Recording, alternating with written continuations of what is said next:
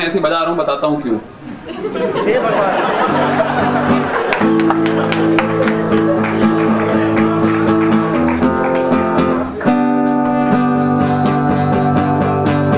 आया हूँ यारों दिल अपना लेकर, आंखों में चेहरा किसी का लेकर, कोई न कोई मेरा भी होगा यहीं पे कहीं छुपा ही होगा। अरे ऐसा जख्म दिया है जो ना फिर भरेगा, हर हसीन चेहरे से ये दिल डरेगा।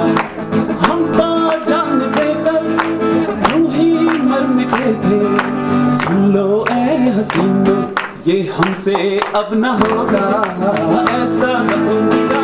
अच्छा, अब आप लोगों के मन में चल रहा होगा भाई इस लड़के ने ये मतलब गाना क्यों गाया। आपने इंडियन लाफ्टर चैलेंज देखा होगा, कॉमेडी सर्कस देखा होगा, वहाँ खूबसूरत खूबसूरत लड़कियां आती हैं इंट्रोडक्शन देने, आदमी का मन पहले ही अच्छा हो जाता है, आज तो परफॉर्मेंस जैसी दूंगा, इसी को पटाना है। अब यहाँ मेरा इंट्रोडक्शन देखकर कौन आया था, अब आप ये बताओ।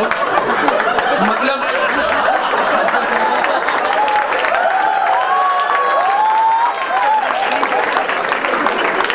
दूसरा गाने का रीजन ये था, मैं वैसे बच्चा हूँ, नहीं मतलब बड़ा हूँ पर जरा हरकतों से थोड़ा बच्चा हूँ। तो क्या है कि जब मैं ऑडिशन देने आया था, मैंने अपनी टीम में जाकर ना ऐसे शेर की तरह, ओए मैंने दो चीज में, सिंगिंग में और जगह कॉमेडी में दिया है ऑडिशन। तो लोग कह रहे अच्छा तेरा हो गया। मैंने कहा नहीं यार, उन्होंने कॉमेडी के लिए ले लिया। तो मेरी टीम वालों को ना शायद ये लगा ये सारा गा रहा होगा और ये गा तो पाया नहीं होगा, उन्हें लगा होगा ये स्टैंड अप ही करेगा। तो मैं इस तरह अपना ईगो सेटिस्फाई कर रहा था कि मुझे गाना भी आता है।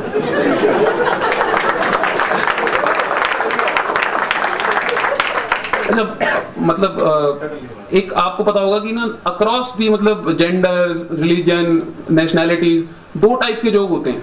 उसमें खास तौर से लड़के, जो पीछे के लड़के होते हैं ना, वो लोट पोट होके हंसते हैं, मतलब डाइजेस्टिव और रिप्रोडक्टिव।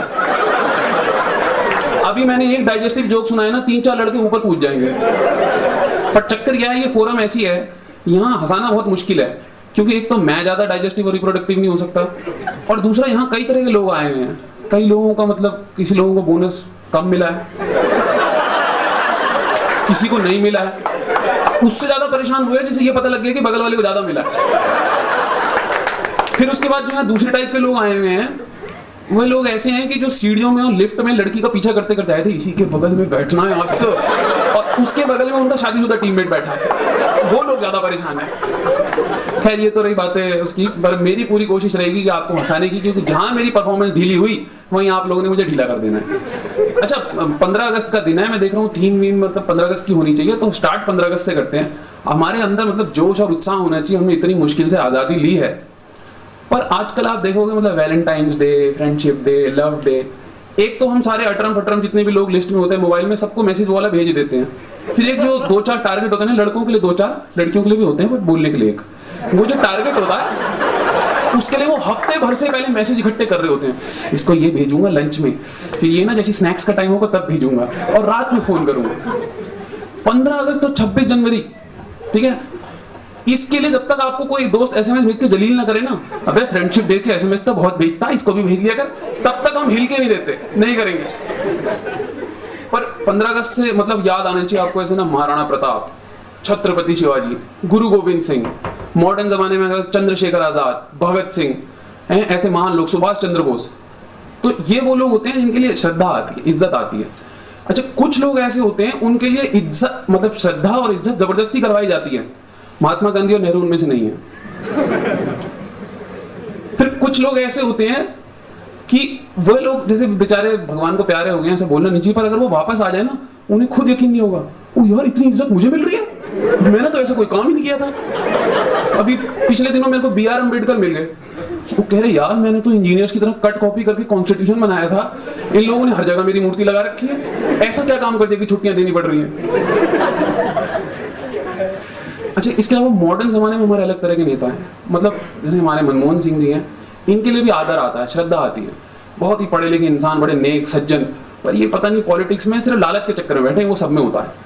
मतलब आप ये लगाइए, ये बेचारे इतना सुनते हैं इधर उधर, ये भूल जाते हैं कि मैं प्रधानमंत्री हूँ, कोई भी आके धमका जाता है, कोई भी धमका जाता है। अभी पिछले दिनों आमिर खान की एक गजनी फिल्म रिलीज हुई, मनमोहन सिंह जी बहुत खुश, मैंने कहा पहली बार किसी ने मेरे काम की चीज करी।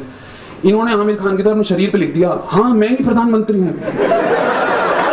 सच में।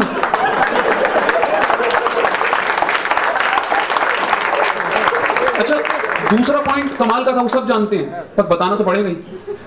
मैं हूं तो प्रधानमंत्री, पर मेरे को सोनिया गांधी और राहुल बाबा की सारी बातें माननी है। ये हंसने की बात नहीं, अब है असली। तो तीसरा पॉइंट लिखा था, अगर दूसरा पॉइंट नहीं मानोगे तो पहला भी वैलिड नहीं रहेगा।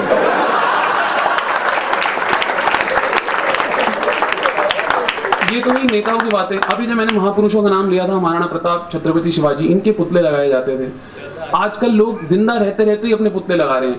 अभी बहनजियों के बारे में क्या ही बोलूं, यहाँ पे बगल में ही जिंदा है, अपना ही पुतला लगा के उस पर हार भी चढ़ाएगी जाकर। चलिए खैर, ये तो पॉलिटिशियंस की बातें हो गई, खट्टी मीठी बातें हैं। पर उसके अलावा जो आजकल हमारी जिंदगी में बड़ा इम्पैक्ट है वो है मीडिया। मीडिया, आपने देखा होगा मीडिया वाले हर जगह पहुंचे हुए हैं आजकल। कहीं भी आप जाएंगे मीडिया भी हो सकता है। जैसे वो आप पार्किंग में कभी गाड़ी पे जाओ ना, नीचे से कुत्ता निकल के आता है, ऐसे आप कहीं भी जाओ तो मीडिया वाले निकल के आते हैं आजकल, कुछ भी कवर कर रहे होंगे। मतलब इन्होंने ये नहीं देखना कि इंसान किस हालत में है, ये पूछने का टाइम है या नहीं है। दर्द में है, किसी का एक्सीडेंट हो गया और सर पकड़ के बैठा है उसके पास, भाई साहब आपको कैसा लग रहा है, भाई साहब आपको कैसा लग रहा है। वो आदमी कह रहा है भाई साहब मैं थोड़ा दर्द में हूँ। नहीं आप तो बताइए। अब उसकी तरफ माइक कर देना इन्होंने, और मीडिया में उधर मतलब टेलीविजन की तरफ, देखिए भाई साहब बैठे हैं, ये करा रहे हैं, अचानक से वो आदमी हिल रहा है, ये भी हिल रहा है, देखिए देखिए इनका दर्द बढ़ रहा है, दर्द बढ़ रहा है। वो आदमी उठता है, एक लात मारता है, हट तूने माइक मेरे मुंह में घुसेड़ा हुआ था। मीडिया का ऐसा मामला है। मीडिया आजकल अजीब अजीब लोगों को इंटरव्यू ले रही है, खतरनाक लोग आ रहे हैं, डाकुओं के, फॉर्मर डाकू। उसमें ऐसे लिखा हुआ है रिटायर्ड डाकू घमंडी सिंह। घमंडी सिंह जी आ गए अंदर। हाँ जी, इंटरव्यू लोगे, जल्दी लो। घमंडी सिंह जी, आजकल हम सुन रहे हैं डाकुओं का कुछ जो है बॉलीवुड की हस्तियों में काफी रुचि बढ़ रही है, इसके बारे में आपका क्या विचार है? अच्छा, किस किस की हिट लिस्ट में आएंगे? हिट लिस्ट तो कह रहे घमंडी सिंह जी, करण जौहर। डाकुओं को ये शौक कब से लग गए? घमंडी सिंह जी आप नेशनल चैनल पे बोल रहे हैं शौक? नहीं शौक मतलब कॉफी वगैरह, आप क्या समझ रहे थे? घमंडी सिंह जी आप तो मतलब फिर करण जौहर को जानते भी होंगे, मतलब कभी उनके शो पे नहीं गए, कॉफी विद करण? नहीं बुलाया था उसने, बुलाया था, मैं नहीं गया। क्यों, आप क्यों नहीं गए? कहता बार बार वही सवाल, ऋतिक हॉट है या अभिषेक, सलमान हॉट है या शाहरुख, मुझे ये समझ नहीं आता, मुझसे पूछ रहा है या अपनी कंफ्यूजन दूर कर रहा है? कहता इस बंदे का एक सवाल और है, काजोल सुंदर है या रानी? अब बताओ क्या जवाब दूं? तो ऐसे ऐसे लोगों को मीडिया लेके आती है चैनल पे। भाई हमारा तो एंटरटेनमेंट होता है, हमें तो मजा आता है ना। पर उसके अलावा मीडिया आजकल जो है, मतलब ज्योतिष वगैरह आप देख रहे होंगे, वो 2-4 लोग इधर बिठा देते हैं, 2-4 लोग इधर, ज्योतिषी पे लड़ाई चल रही है। मतलब कोई विद्वान आदमी हो भी उसकी भी बेइज्जती हो जाती है वो सब देखे तो अब ये ज्योतिषी ले आए, उस ज्योतिषी से रिपोर्टर देखिए सवाल पूछ रहे हैं, पंडित जी मेरे बारे में जरा कुछ अच्छा बताइए। हाथ दिखाओ अपना। रेखाएं अच्छी है तुम्हारी, ये तुम्हारी विद्या की रेखा काफी अच्छी है। तो वो कह रहा पंडित जी मैं तो 10वीं फेल हूँ, मैं तो मास कम्युनिकेशन का कोर्स करके गलती से बन गया रिपोर्टर। तो ओहो, ये चीटिंग की रेखा कमजोर रह गई, पढ़ तो अच्छा रहती, चीटिंग की कमजोर रह गई। अच्छा पंडित जी आप ये बताएं कि मेरी मतलब शादी तो हो गई है, बच्चे कितने होंगे? 3 है। 3? पर पंडित जी मेरे तो 2 ही हैं, तुम्हारे 2 है ना? तो ऐसे ज्योतिषी लाके बिठा देते हैं बेचारे, जो जेन्युइन लोग भी होते हैं उनकी भी बेइज्जती कराते हैं ये लोग। फिर तीसरा इन्होंने जो बहुत पॉपुलर कर दिया आजकल, जिससे सारे मर्द जात को ही खतरा है, वो है महिला मुक्ति मोर्चा। ये होती है खतरनाक खतरनाक औरतें, बड़ी बड़ी बिंदियां, ऐसी लटे, सांप जैसी लटों वाली आके ये बैठ जाती हैं आके मीडिया चैनल में। तो ये इस टाइप की औरतें हैं कि अगर ये किसी इलाके से गुजर जाएं तो 7-8 साल पुरानी शादीशुदा जोड़ों का डिवोर्स हो जाए, मजाक नहीं कर रहा। और अगर बायोलॉजी थोड़ी और तरक्की कर लेती तो ये मर्दों को तो कब का निपटा देते। अब मीडिया से कुछ चीजें ना मुझे सीखने को भी मिली हैं। ऐसा नहीं है कि मीडिया सब गलत करती है। मैं बचपन में हिंदी की किताब में कहावत पढ़ता था कि इसकी सफलता के पीछे वो, उसकी सफलता के पीछे ये शाहरुख खान और करण जौहर से समझ आया, वो उसके पीछे और वो उसके पीछे। अब मीडिया में जब मैं छोटा था तो आजकल और भी टॉपिक्स कुछ आ रखे हैं। मैं छोटा था ना तो 2 ही लिंग होते थे, पुल्लिंग और स्त्रीलिंग। लड़का जा रहा है, लड़की जा रही है। आजकल पता नहीं क्या male, female, shemale, hemale, transgender, cross gender, और मतलब कई तरह के कोचिंग क्लास चाहिए आदमी को समझने के लिए। अभी पिछले दिनों एक आदमी ने मुझे कह दिया कि यार तुम तो यार सैफ अली खान की तरह मेट्रोसेक्सुअल हो। मेरे को बड़ा गुस्सा आया, मैंने उसे 2-4 चमाटे मार दिए, पीट दिया, क्योंकि पब्लिक में बोल रहा था। आपको याद होगा सैफ की पुरानी फिल्में, जब डायरेक्टर को समझ नहीं आता था कि लड़की लें या लड़का लें, वो सैफ अली खान को डाल देते थे। मुझे लगा कोई इस टाइप का कैरेक्टर है जो पहले ऐसा हो और बाद में तगड़ा हो जाए, उसे मेट्रोसेक्सुअल कहते हैं। मैंने उसकी पिटाई कर दी। बाद में पता लगा मेट्रोसेक्सुअल का मतलब वो लड़का जो जरा साफ सुथरा रहता हो, बंठन के रहता हो, वो मेट्रोसेक्सुअल होता है। मैंने कहा सॉरी भाई, मुझसे गलती हो गई। अच्छा, एक्टर्स का, हमें एक्टर्स की लाइफ के बारे में पता होगा, बहुत सारे एक्टर्स हैं बट सब किसी ना किसी इमेज में बंधे हुए हैं। जैसे आपको याद होगा जो हमारे थे गुलशन ग्रोवर और रंजीत, इन्होंने कभी जिंदगी में अच्छे काम नहीं करे। इनकी फिल्म में एंट्री कुछ गंदा सा सीन करते हुए होती थी और वो 10-5 औरतें वो हर फिल्म में सेम होती थी, उनका सिर्फ एक काम होता था बचाओ बचाओ, और रंजीत आके यूं और वो ऐसे, गुलशन ग्रोवर ये हर फिल्म में ऐसे ही एक्सप्रेशन देते थे। फिर दूसरे आजकल हमारे एक नए नए हीरो हैं, वो नए नए सीखे हैं अभी, तुषार कपूर, चुप रहना सीख गए हैं। उस बंदे का जिंदगी में एक ही डायलॉग फेमस हुआ है और हो पाएगा, माया यो। तीसरे हमारे एक्टर हैं सुनील शेट्टी, ये हर फिल्म में ऐसी ही बातें करते हैं, तुम मुझे भूल जाओ ये हो नहीं सकता, मैं तुम्हें भूल जाऊं ये मैं होने नहीं दूंगा, ओह कृष्णा। ये हर फिल्म में इसका एक ही स्टाइल है। चौथा आता है हमारा शाहरुख खान। शाहरुख खान ये औरतों से बातें करता है सिर्फ, आंटी सिमरन से मेरी शादी करा दो। मर्दों में जाता ही नहीं है, ये काम धंधा कोई करता ही नहीं है, हर फिल्म में सिर्फ लड़कियां ही घुमाता रहता है। पांचवा बंदा जो हर फिल्म में एक ही काम करता है, जो यहाँ बहुत से लड़के करना चाहते हैं, इमरान हाशमी। तो ये बातें हुई हमारी थी। अब ये तो एक्टर्स की बात है, आप देखेंगे कि इंडस्ट्री की इंडस्ट्री भी बनी हुई है पूरी पूरी। जैसे हॉलीवुड वाले हैं, ये बंदे दिमाग लड़ाते हैं फिल्म बनाने में, कॉन्सेप्ट सोच रहे हैं, एक्टर सोच रहे हैं, और म्यूजिक, एक्शन सीन, ग्राफिक्स, फिर उसके बीच में एक फिल्म बना लेते हैं ना, फिर डिसाइड करते हैं यार टेस्ट डालो, 2-3 गंदे सीन डालो इसके अंदर।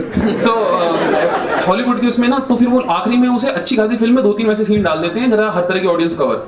बॉलीवुड वालों का सही है, ये इंतजार करते हैं कि वो कब बनाएंगे, ये सिमिलर कॉपी कर देते हैं, सीन भी वैसे के वैसे ही। पर ये जो हमारी साउथ इंडियन मूवी इंडस्ट्री है, इनका मामला कुछ अलग ही है, इनकी अलग ही तरह से फिल्म बनती है। आइए ऐसा करिएगा, 2 तो रेन सॉन्ग डालिए 10-10 मिनट के, 4 लव सॉन्ग डालिए, कितना 40 मिनट हो गया। अब एक काम करिए, आप 4 डांसिंग सीक्वेंस डालिए, 1 घंटा हो गया। अब 3 रेप सीन डालना भाई, ये बहुत जरूरी है। 1 घंटे का एक्शन, वो बंदा कह रहा है सर 2.5 घंटे तो हो ही गए, मूवी में स्टोरी भी तो डालो। अच्छा एक काम करो, एक्शन आधा घंटा कम कर दो, पर रेप सीन और रेन सॉन्ग कम नहीं होना चाहिए भैया। Thank you.